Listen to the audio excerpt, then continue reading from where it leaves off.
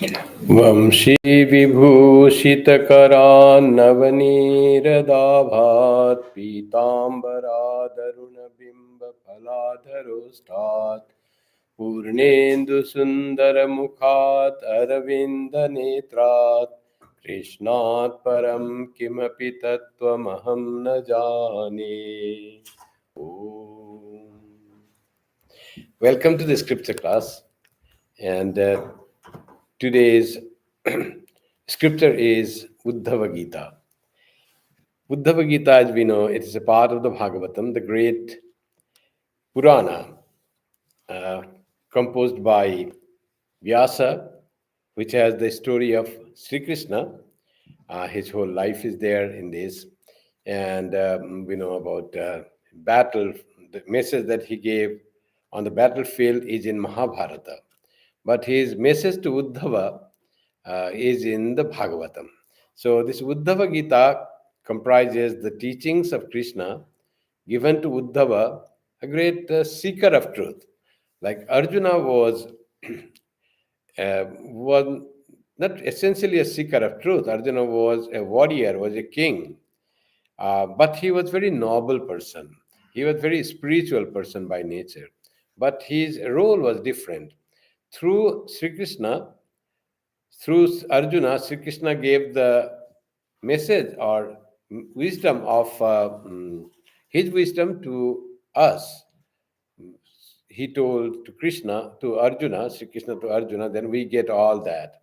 That's why in the Gita it is said, like Arjuna is like the calf, and the Upanishads are like the cow, and the calf stimulates, and the milk is like the Upanishad. And Krishna is the one who milks the cow, and and that milk is meant for all sudhis. So that's what is Sarvopanishado Gavo. Sorry, Upanishad is the cow.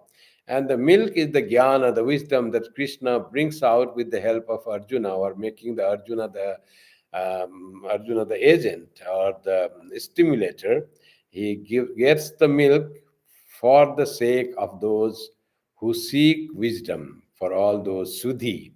So here, Uddhava gets all the message of wisdom of Sri Krishna when he is ready to give up his Naralila, or his life in the world.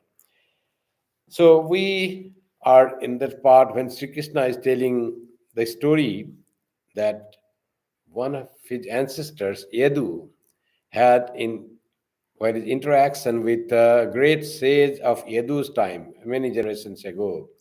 Yadu had the interaction with Avadhuta or Brahmana, or a great realized soul.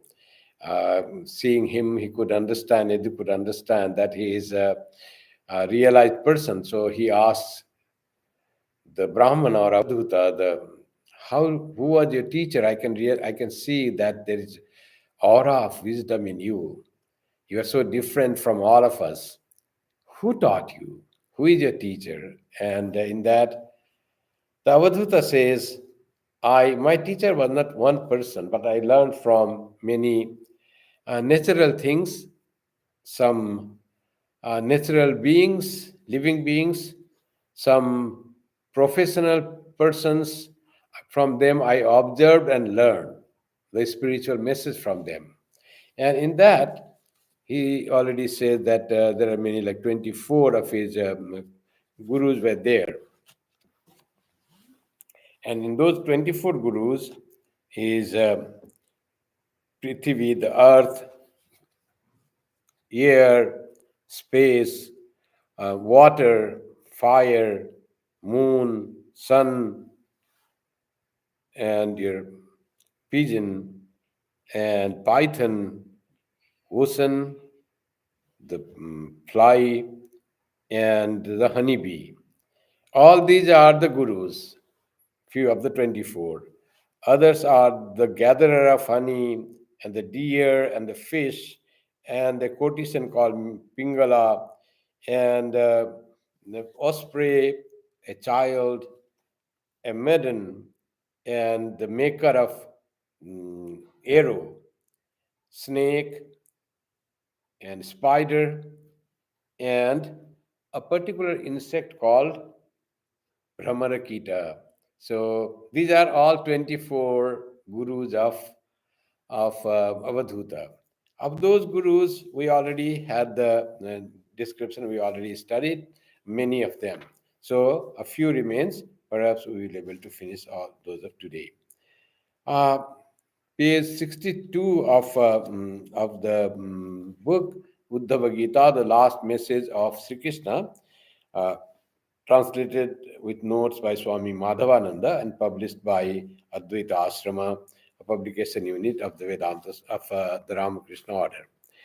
So earlier we knew that how what he learned from arrow maker, that in arrow maker he learned that how one should focus, alertness, and he says that alertness is very important in spiritual life, as the alert was that ushakara means kara means make, usha means arrow, who makes the arrow, vana or usha. So that I learned the alertness. What should be the alertness or focus to the spiritual ideal? Only then we can achieve. That I learned from that. What type of alertness it was in that arrow maker? The Avadhuta was going and he saw arrow person was making arrow, perfect arrow, and the king passed by him, and but he didn't notice king's going. It was so prompt and all gorgeousness of the king, everything was there. But the arrow maker was so focused in making arrow that he didn't pay any attention who is passing by, who is walking on the street, and all that. Though his shop was very close to the street, but he was unaware of that because he was focused in making arrow at that time. So this alertness, says Avadhuta, is needed in spiritual life as well. We have to be focused on what we want to gain, what we want to achieve. Only then we can achieve the spiritual wisdom. That's why this neti, everything becomes no, not this, not this is not the thing that I want. I want spiritual wisdom. I want to know the truth of myself. I want to know who really I am. I want to know what is the reality when this ever changing, ever every moment it is many this changing world is going, and after that is gone, what remains, what is permanent thing in this impermanent world? In that, he says, one should have that type of focus and will be able to find out that truth, that imperishable thing, um, living among this perishable world. So, simply because of the power of concentration on the focus on the subject that he wants to achieve. Having the mind thus controlled within himself, the man at that time knows nothing external or internal, just as the arrow maker, with his mind absorbed in making the arrow, did not notice the king passing by his side.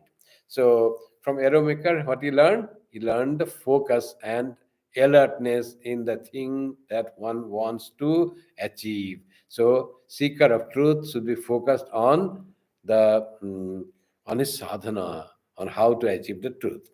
Let's go to verse 14, page 63.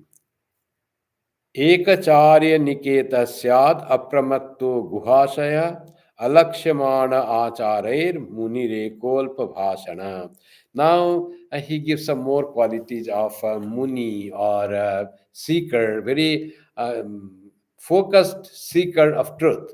What type of that should be? That person should be. After saying some qualities like concentration, and not getting not holding on to the things of the world like the osprey, giving up the possession and being free from all those people who are behind something flesh, a piece of flesh, as the osprey had when it gave up that, all birds left it, like that thing.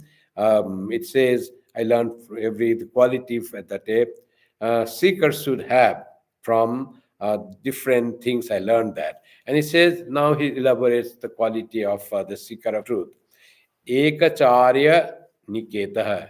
Ekachari aniketah syat Apramatto guhashaya. What are the qualities? The sage should wander alone. Sage is the seeker.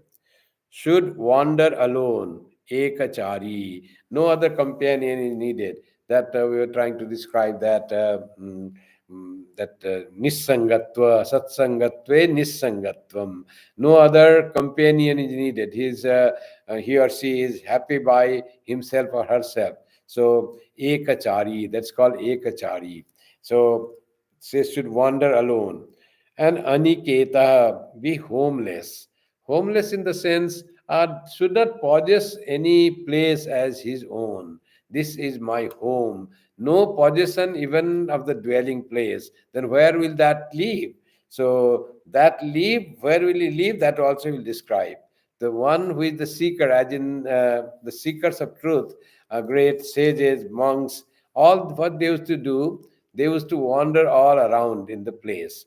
And whatever, and they used to beg food for alms, were not worried about how to cook and what food will come, totally dependent on the providence, and not worried for where will I stay at night. So where will they would they stay? They would stay under a tree or in a temple, or somebody gave some external room up in their house. Somehow someone gave something. They would spend the night there, and next morning, after finishing their daily things of worship and bathing in the river, they used to wander alone and thinking of the highest thought. That what it is said. Ekachari aniketa syat apramatta. That is the thing that he learned from the hero maker. Apramatta, not deviating from the goal of seeking. Apramatta. Guha Shayaha. Where will he dwell? In the caves. Wherever one can protect little from rain and sun at night, that is enough. Guha, the empty caves in the forest, in the hills. That person would spend the night over there. अलक्ष्यमाण आचार्य मुनि रेको अल्पभाषण. Muni eko eka, he would be alone, and he would be what he would do? Alakshamana. Alakshamana means he's he's that Alakshamana betray, etc. He did not betray his real worth by his actions.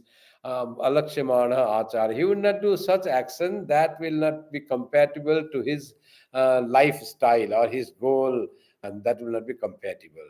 So he is focused on his goal, and his achara or his conduct should be alakshamana, should be not be unfocused on the lakshya. That's what alaksha means. When you deviate from your goal, you become alaksha. Lakshya means goal. Alaksha means you have no proper goal. Alaksha. And one who doesn't have proper goal is alakshamana. Alakshamana. That should be his quality. Achare. By that characteristic, Muni eko alpabhasana. The Muni, the sage, the seeker should wander alone. Again, eko, earlier also ekachari. This also eka. And another quality is said, like not possessing any house or anything, it is said. And yeah, nothing about the food, it is said, though food is always by begging, not involved in cooking, etc. And not totally control the palate and the taste. Doesn't matter what he gets. No focus on tasty food and untasty food, nothing. When one begs from the people, whatever they get from people is like the blessing of God. And that is enough to sustain the life in the body, so that they will eat it without any sort of hankering for the taste. That is not important. Now whole focus in is in achieving and dwelling in the supreme knowledge, supreme wisdom. And that's how this other concerns, smaller concerns, they all leave that person, and that person's focus on what to eat, where to sleep, what to wear, and what should be my companion, how people should respect me, what is people's opinion about me. And all those things are not at all in concern. That's why they are again alpabhasana. They do not talk a lot. So alpabhasana is another quality of this true seeker. Speak very little. That's why they say, until and unless you ask some questions to them, they don't just go on talking, just they don't indulge in talking unnecessary thing. Anya vacho vimunchata, says the Upanishad. They give up other talks. Anya. Only the spiritual conversation is fine. Spiritual dwelling in spiritual thought is fine. But no other talk. Give up all other unnecessary worldly talk. That is anya. Anya vacho vimunchata. Vimunchata means be free from. Get rid of those unnecessary worldly talks. Who and you get engaged, your mind gets engaged in that. Not only you talk for some time, some reaction comes when you dwell on such thought. So that's why the muni should be alpa bhasana. They talk little. They are companions and reticent of speech is the English translation given by Swami Madhavanandji. They use only those words which are necessary. That's why when asked that they would reply to that. Our Swami Gambhiranandaji used to visit the places when he was the general secretary or vice president. And when he used to go, people asked Swamiji Maharaj, please give a talk, informal talk or something. Then his saying was, if you have any questions, ask that. So when there is pointed question, something you are eager to know, then it is easy to talk to the person and satisfy his questions and really help the person. Otherwise, I start talking in one way and the person didn't need to hear that one. His problem was somewhere else. His question was something else. So that's why question answer. That's why it comes alpa bhasana. So in small little thing, that thing will happen. Well, after we have this question answer session in the after the talks, and that is so important. Many people like that question answer. I have some question, and you get a particular answer for that. So that because that is more concern to me. And suppose I ask question to the person, to the sage, and the other person is also sitting there. How does it help that person? Mostly all seekers will have similar problem. So maybe the question that I'm asking was related to another person also. So another person or few more persons maybe benefited from the question I will put to the teacher, and teacher will answer to me. Others also, they had question they didn't ask, but that they will get the answer for the question that was in their mind. So that's how this alpa bhasana thing comes as a quality of the sage, quality of the teacher, the seeker, or the realized person. Now let us go to next verse. Griharambho ati dukkhaya vipalasagnuvatmanah sarpah parakritam vesma pravishya sukhamedhate. After saying about that Ushakara or the arrow maker. Now he goes to another teacher of his. What is after Sharakrit? It is Sarpa. From snake also he learned something. What would he learn from snake? What spiritual message he would get from snake? So snakes are supposed to be very poisonous. They attack. They often they bite some people. They harm. But there is a spiritual message in the snake. What he found, such this Avadhuta was so much could absorb from whatever he saw the spiritual message he would get, like Sri Ramakrishna. Sri Ramakrishna was also like he would get a spiritual message in everything. He went to Asiatic society where he saw a skeleton of a person, and he got a spiritual message from the skeleton even. What could be the spiritual message from the skeleton? So he said, at the skeleton, I found different pieces of bones were tied with some wire, and it looked like this whole skeleton of a human being. So may my body be tied like that, and just to dwell and minimum thing required for body to sustain. That much thing I need to eat. Nothing more than that. Body should remain intact with the help of food. That much is there. No more thought than that. That body should look good, it should look, it should be decorated, it should be impressive, it should be charming. Nothing that. Body should just remain, its all different parts remain tied at places, through natural ties, of course, not through the wire, through the ligament and tendon, that the bones are how they're tied to each other. But all he got this message from seeing a skeleton. So that's how Avadhuta also saw something from the snake. What did he find from the snake? Spiritual message. Griharambho ati dukkhaya. It was about snake living in the holes. The holes that snake doesn't make. In the hole that is already there. So snake occupies the hole that is already there, makes it its house, and doesn't bother to make the house. So here it says, the Avadhuta says that the sage or the seeker should not indulge more in making house. House making is a troublesome thing, he said. Griha rambho ati dukkhaya. It says it is extremely troublesome, Vifalas sadnuvatmana, and useless for a man to build a house. For a man, of course, you have to say seeker. Not that no man will need a house. People need house to dwell. But it is difficult. We all know how it is difficult. We have the problem of money. Earlier time, there were no this real estate people. There were no construction people. One has to buy the things, gather the all articles for making a simple house, and would somehow get the labor, and all has to oversee the thing. It was not that easy like now. You have some money you give, and contractor will make your house as you order them, and you have to do nothing to do it. They will make as strong as you would like, and they would put all the things that you want. But still, it is a troublesome. That's why he says, Griharambho ati dukkhaya vifalas sadnuvatmana. It is full of trouble. Ati dukkhaya. Then what he says, without house, where can we live? How can we live without house? He says, Sarpa parakritam vesma pravishya sukhamedate. And he says, why? People live without house also. Where do they live? They live in the house, some place made available, was created by nature, created by something. For example, Sarpa parakritam vesma. Like the snake enters a house made by others and is happy and prosperous.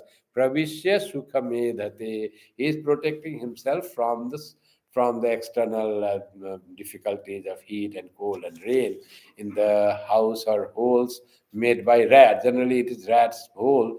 Rats make the hole, and snake goes and occupies.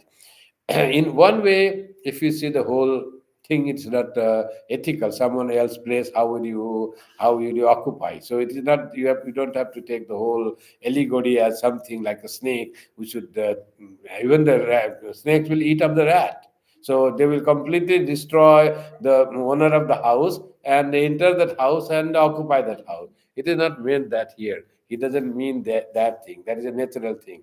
What Avadhuta means is have some place, find some place, some dwelling place. Don't bother so much for how it will be, what the scenery will be. Beautiful scenery of Lake Ontario, or your golf ground, how this nice place it seems. There's so many millions of dollars at this house, nothing like that.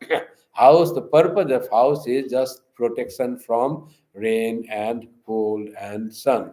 So if that can be done in any house, is fine. Just go and sleep there, and that is enough. So that's what it says. Make it simple. Make the house simple. And Aniketa, don't own even the house. Don't think that I own this house. When you have the sense of possessing, then question comes, oh, this is a small house, that is a big house. There are all ideas of owning the house. We feel so proud to have owned the house. Oh, how beautiful it is, and what floor the apartment is, or how nice looking. Do you see the glass? It is all green tinted glass, and so nice it is looking like that. You make all the plans to make the house, and Rishi says here, we make so much time, give time to make. Building house is a dream of a person. Whole life he dreams to have one house. And after earning lot of money, gathering, then taking loan, then he gets a house of his choice. And after that, he says, I will enjoy this house. And already age has gone to gather so much money. How long will he enjoy? Mm, Hardly few years, 10, 15 years. After that, he gets old and dies. That 10, 15, 20 years. And what happens here in the West? They get a house, no doubt, on loan. But how long they enjoy? That is also 15, 20 years. After that, first apartment, then condominium, then twin house, then you own a own house. Big dream. There will be backyard. I will grow some flowers, nice flowers, and the vegetables in the winter. I will leave this house. I got after so many years of my work. After how long we live there? From say we already are 40, 45, then 65, 70, 75. Done. 20 years, 30 years. After that, children become big and they go from house. You don't need that house. Now say, I have to downsize. You again go back to the condominium, down one room apartment, one room condominium, two room condominium. All your dream of having house, you live hardly 20 years. So only for that short time, you had so much of whole life you are thinking of just house and house and house and the plans and always dreaming this thing will happen. How long do you enjoy really? After that, you have to downsize. Here or earlier in the East, in India, same thing. That's why he says it is just like a dream, just like a magic that is created in our mind without understanding that these are not things that we should dwell much upon. These do not really give so much joy. Very temporary joy. There is no doubt happiness when you achieve something that you dreamt of, you wanted to have, and you finally you get it. But how long you sustain that happiness? For a few years, and then it becomes burden to you. Now I have to sell it. What the price will be? Now real estate price is going low. I bought in this rate. Profit. There is profit, but very little profit. Oh, that also makes you sad. Even the profit makes you sad. If there is no profit, it's very bad. My friend sold in so much profit. So house is something that is always creating some problem. That's what it says for most of the cases.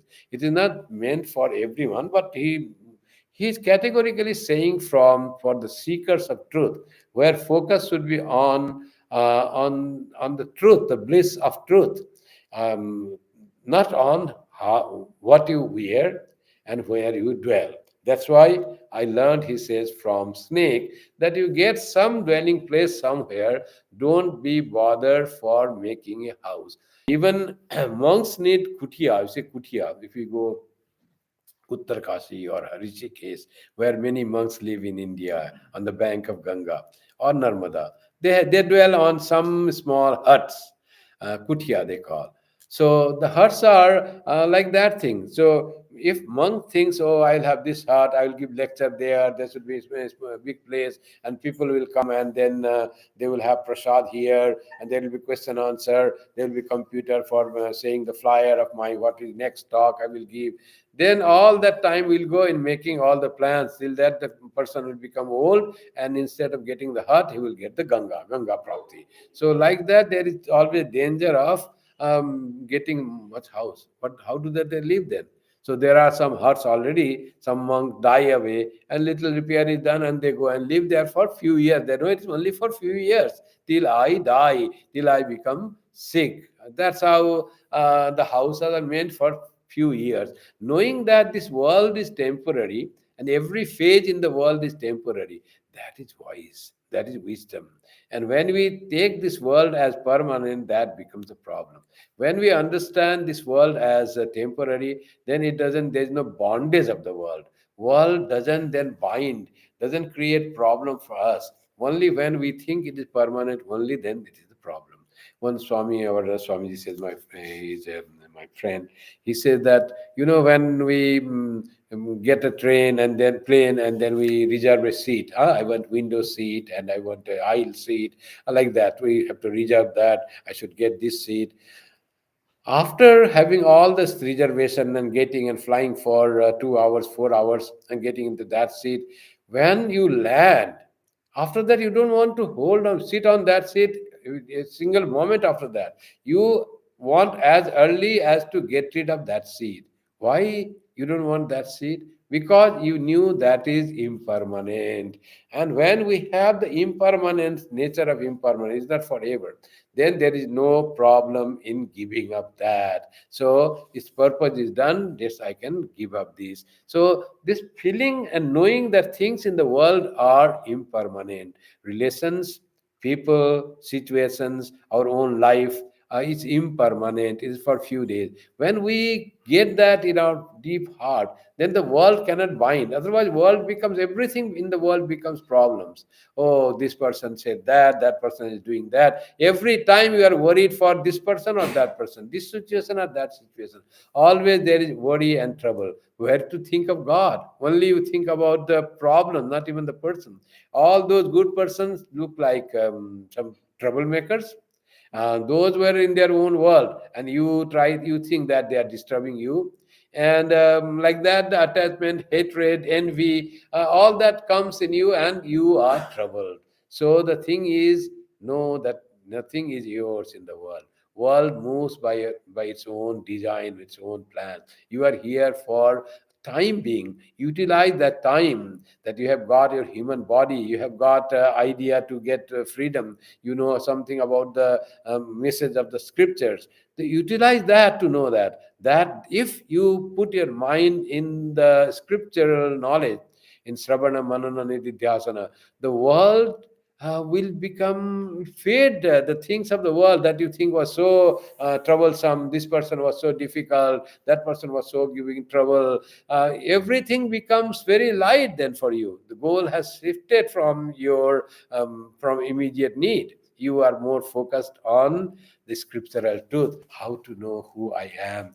I am that Anandamaya, that blissful self, and I consider myself a changing body. This trouble, understanding my truth so much, I have not got that. Let me focus on how will I understand the true self, how will I understand, how will realize God. On that you focus. Then your focus from the thing goes away. When your focus is on the object of your search, then you become, as they say, atandra. You are alert on your focus, and then you find joy in that. When that is there, world doesn't disturb you. World, temporary world, this it is described as bhavasagara, and full of whirlpools and all that, trying to drown. It just becomes so smooth and calm, and everyone becomes so nice thing. All are involved in itself, where your focus has changed from the human being, from the situation, to something that is more important in your life to achieve. Life is passing. So like the sarpa parakritam veshma pravishya sukhamedhate, he becomes happy living in the house that he didn't build. His dwelling place is always there. So that's what it says of the idea of not owning the house. Aniketa sthiramati bhaktiman me priyo nara, says Sri Krishna in the 12th chapter of the Bhagavad Gita. Aniketa, those who do not have house of their own, and their who are mind is steady, sthiramati, those type of devotees are dear to me, says Sri Krishna. So here also it is the example of snake is only for that, not biting, not hissing, nothing of that of the snake is taken, not to own a house. Now, Avadhuta goes to describe about the nature of God, some spiritual message he's giving. After now, Sarpa is done, let us see. Eko Narayano Deva Purva Srishtam Somayaya Samritya Kala Kalaya Kalpanta Idamishwara. Through the energy of time, the Lord Narayana, who is one, draws back at the end of a cycle this universe which he created before through his Maya. Now, he says about the absorption. This God, Eko Narayana, there is only one reality. We call it Narayana here. Name of the God is given Narayana. Any name of God, the one God.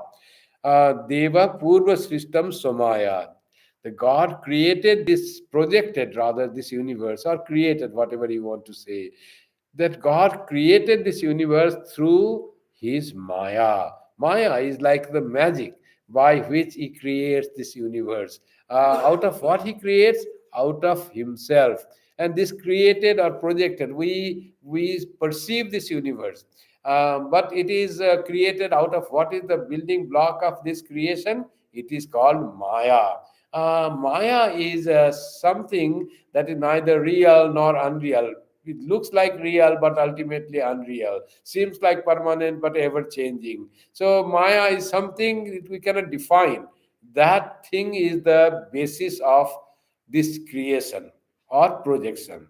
And what is the basis of that Maya? Basis of Maya is God Himself. So God creates this universe out of Himself, engaging Maya as the tool to create. Maya is that thing that makes this world appear as a variety as we see. Otherwise, God is one. Through Maya alone, God looks different. Lord, God becomes many. What makes one God become many?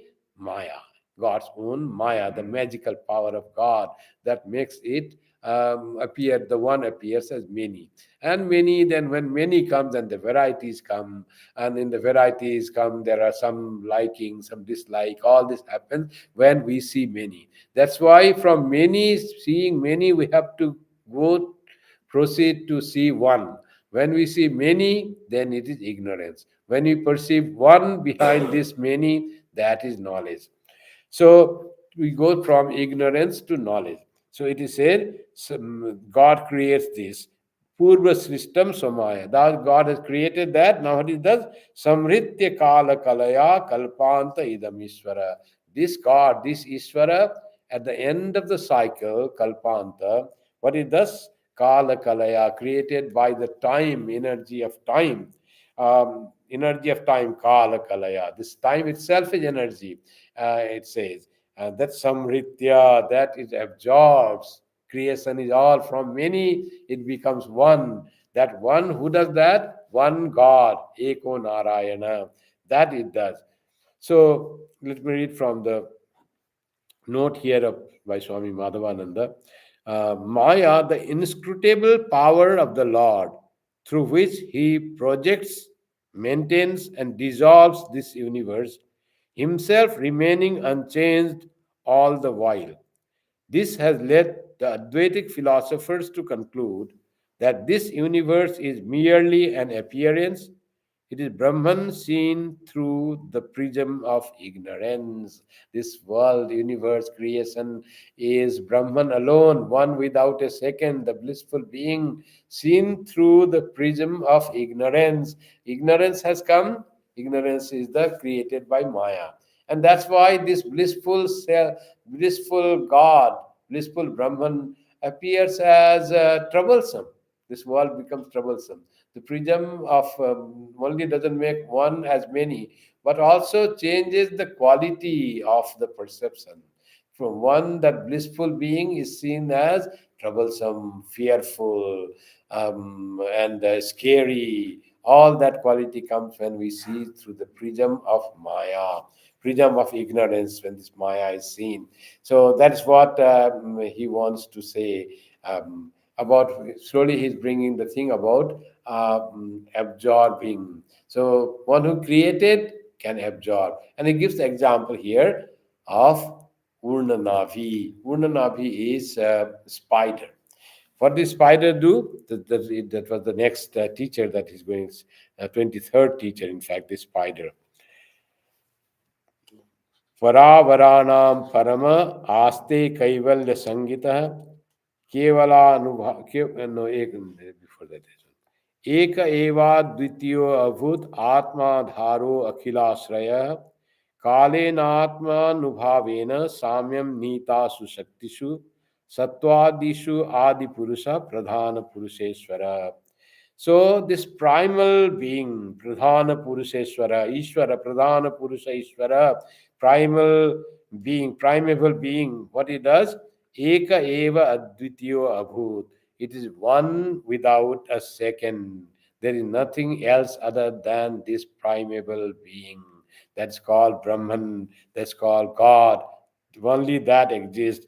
Atma dharo akhilasraya. And he sustains the whole universe. Only one reality that sustains whole universe. Whole universe has come from him. It appears, this whole, that Lord himself appears as this universe. So existence of this universe is in God himself.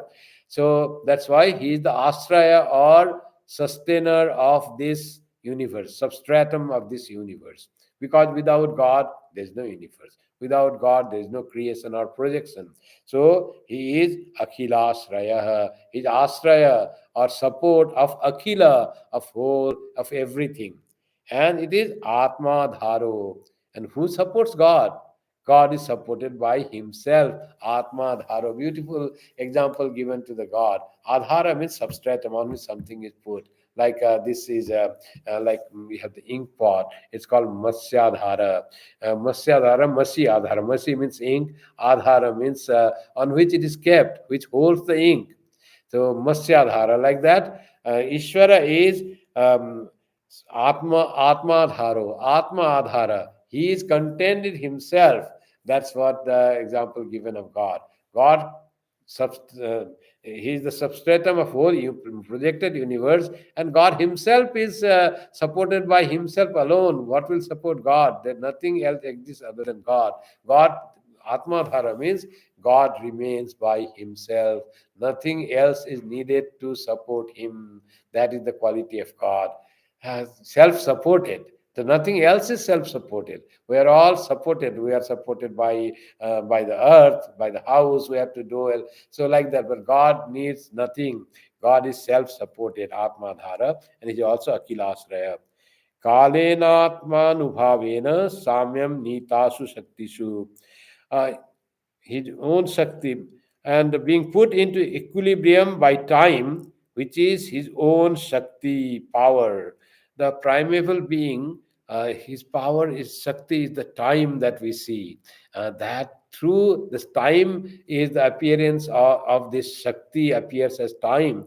Time, the things happen in time, and the Shakti plays, the power plays in time.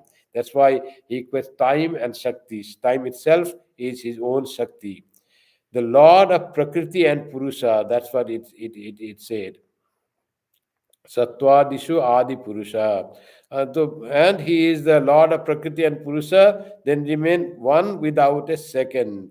Himself is support through supporting the whole universe. So there are two things in the creation. One is Prakriti, another is Purusha.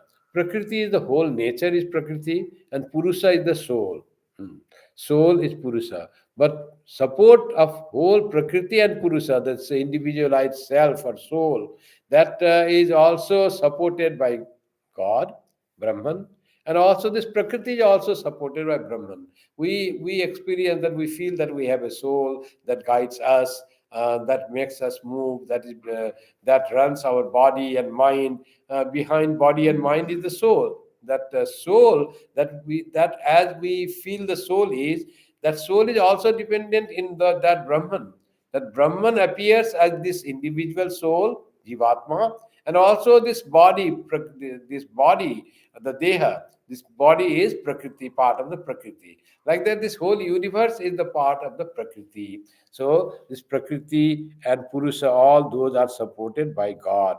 And what makes this Prakriti? Prakriti has three qualities: Sattva, Rajas, and Tamas. So these three component forces of Prakriti are also, they come from the God. From this also is through the Maya they come. When Maya comes, this comes with the Purusha and Prakriti they come. What are these three qualities that make this creation or Prakriti? This is called Sattva, Rajas, and Tamas. So as we can see, Sattva, first the Rajas is activity, passion, all thinking, all this is comes under the Rajas. You have plans, projections, actions, all these are qualities of Sattva. That comes from Brahman itself, is a part of Prakriti.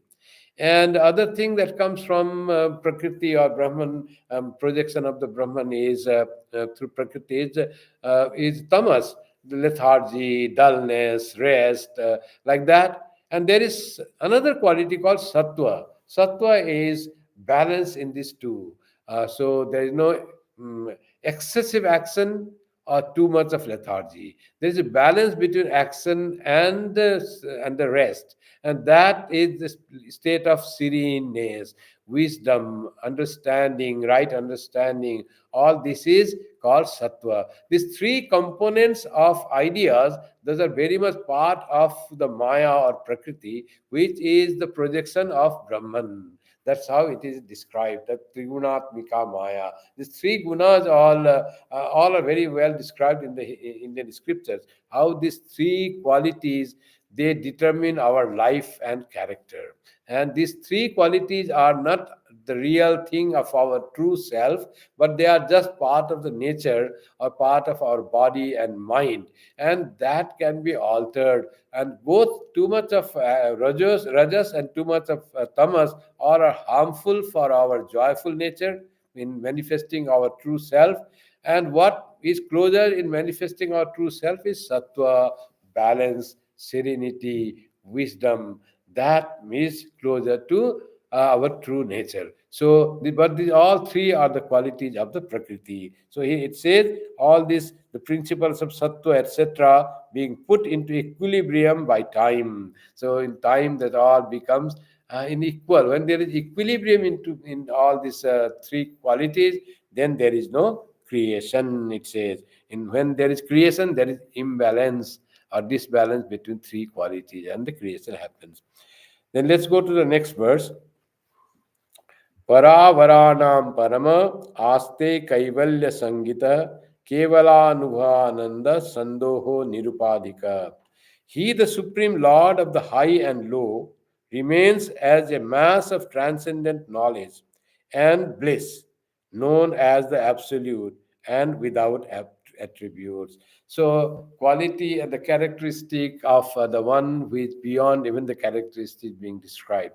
The ultimate characteristic of the Brahman is who is, it says very nicely, it is a mass of transcendent knowledge uh, and bliss. That's what it is said. Sat Chit Ananda. That's how the ultimate reality is described. Sat Chit Ananda.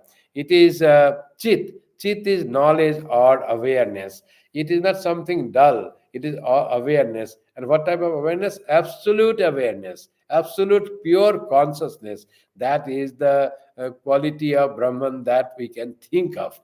Though it is without any qualities. But if we have to give some qualities to describe Brahman, so it will be Satchit Ananda. So Chit is that. And then there is Ananda. Ananda is there is bliss, there is joy in that. And joy is absolute joy. In this absolute being, there is knowledge absolute, there is bliss absolute. And also it is always there. It never changes. It never, there is no time that it was not there. So there is absolute existence. That's why Sat Chit Ananda is absolute existence, knowledge, and bliss. So absolute consciousness being. Often this is translated that way. It is some being that is absolutely conscious, pure conscious, and full of bliss. That is the nature of Brahman that is described in this verse. It does describe the wisdom of the reality. It describes here, and that Brahman is that. Then how? What is that so important for us? If God, whatever God is, God can create anything from his from just by thinking. He thinks and it happens. He doesn't have to work for to create. Just through a thought, he creates the thing, universe. So that is okay, and he's always blissful. That is okay. But what about me? I suffer. I suffer. I'm afraid of my death, my changes, my disease. I'm afraid. How can I become? What is my relationship between this Brahman and myself? The relationship, the Vedanta will say, you are that Brahman. Your pure Atma is equally, exactly Brahman itself. By mistake, you are thinking yourself as the limited body mind conglomeration. You are not that. You are that supreme, infinite, indivisible, quality-less Brahman.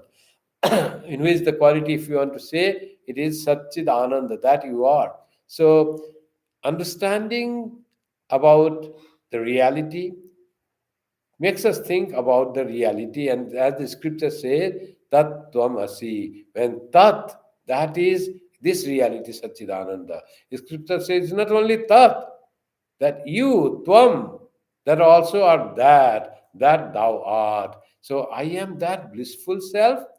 I have my existence is not a changing existence. It is not that I am here today and die tomorrow, not that. And I feel so much scary, afraid, so much fearful and unhappy. And am I not that? Am I of the nature of supreme bliss? It says that, yes, you are of the nature of bliss. Try to understand that. That's how the equation, like E equal to mc square, the equation is that is equal to Tvam. That Asi is that equal to. You are that Brahman. You are of the nature of that supreme bliss, which never dies, which never is under any trouble. No one can give it trouble anyway, and no one can just annihilate it. And it is full of knowledge. You're full of knowledge. You are never ignorant, and you are full of joy. That's what this verse about the Brahman leads us to that thing. And Nirupadhika, and without attributes. The Brahman, the reality is without attributes.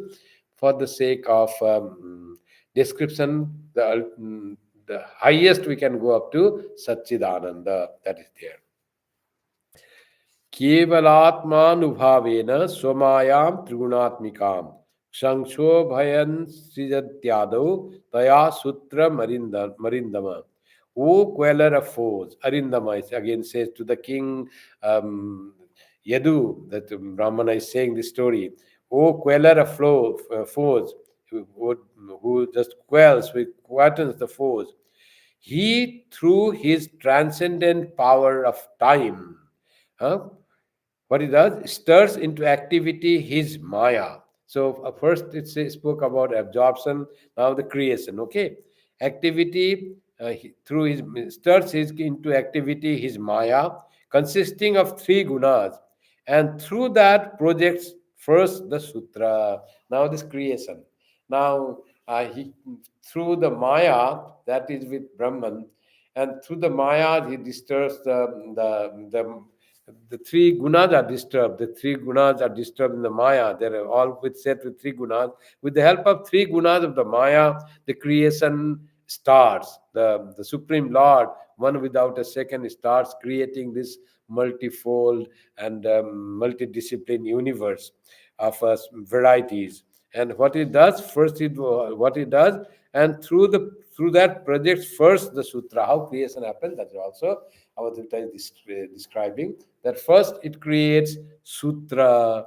So in Puranas, we study that in the creation time, that Vishnu, the ultimate God, was sleeping in the Sheshanaga, in Kshira Sagara, in milk ocean. And he was just lying down. No action was there. No action was needed. He had no desire. And without his even wanting, from his navel came out one lotus flower.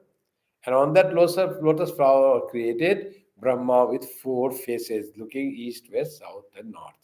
So that Brahma was created. What the first thing was created from Vishnu, the ultimate God, who was actionless. What was created? Brahma. That Brahma is called Sutra in one language, Sutratma or Sutra. And in some language it is called Mahat. That Vishnu, the Supreme Lord, is lying. Now creation starts with the help of its Prakriti. Prakriti, the first manifestation of the Prakriti is, if in Sankhya philosophy, first manifestation of the Prakriti is Mahat. From Prakriti comes Mahat. Mahat is Sutra, and that Mahat is projected in Purana as the Brahma, the creator, and is given the human form for greater understanding. And that is looking all sides. He's all knowing. To say that he's all knowing, he has got the Vedas in his hand, the knowledge of creation, knowledge of everything. He's full of knowledge, and that is in his hand. So that knowledge he gives to his progeny that will come after him, and he is the first created being, is as it described in the Purana, that it is made into the human form. But in philosophy, it is called Mahat or intellect. From first thing came intellect, and intellect full of knowledge manifested from Prakriti which was in a balance, it was dormant. And when the creation started from Prakriti emerged intellect. And that intellect will make the creation possible.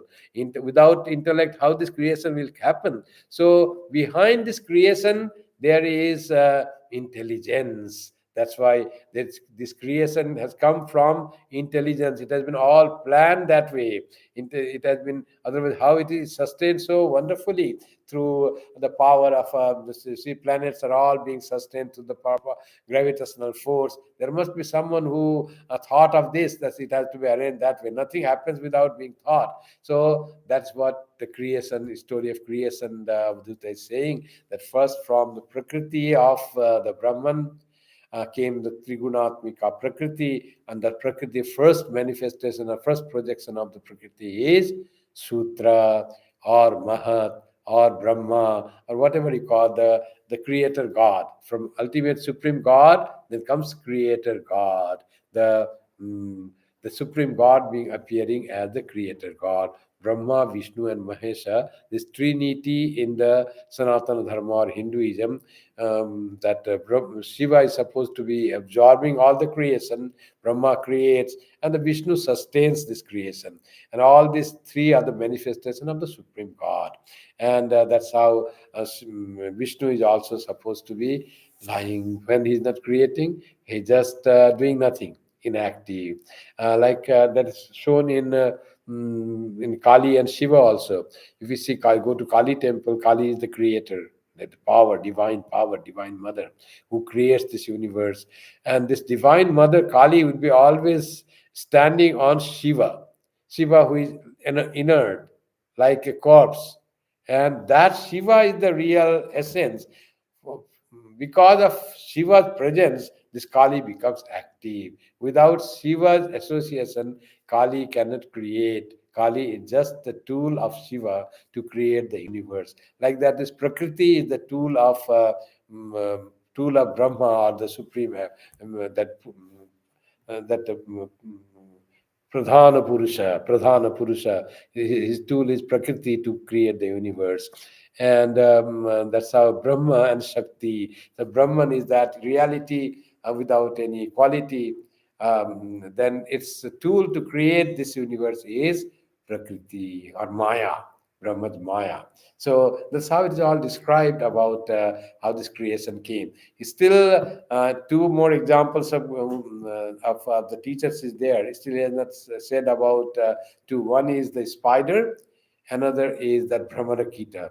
So two examples still remain. So in the meantime, he spoke more about the creation because the example of Urna Nabi or spider is related with the creation, preservation, and destruction. That he learned about the creation of this universe from by the supreme being, by the Brahman, by seeing the example of the cob, cobweb that is made by the spider. Spider in cobweb. Spider is like the Brahman, and cobweb is like the creation. So you will find that example. That's why I'm bringing this introductory thing about the Brahman Avadhuta brought us today. Next time we'll finish in our Uddhava Gita class. Whenever we have next time, we'll finish the two of his 24 teachers. So now we close today's talk. Om Shanti Shanti Shanti Hari Om Tat Sat Shri Ram Krishna Arpanamastu Jananim Saradam Devim Ramakrishnam Jagadgurum Padapadme Tayo Sritva Pranamami Muhurmuhu. So next class will be on the complete on the Gospel of Sri Ramakrishna, and that will be only online because that time I'll be in Houston. So that class will be from Houston at 7:30 p.m. Eastern time, and it will be only online. Thank you very much for attending to this class.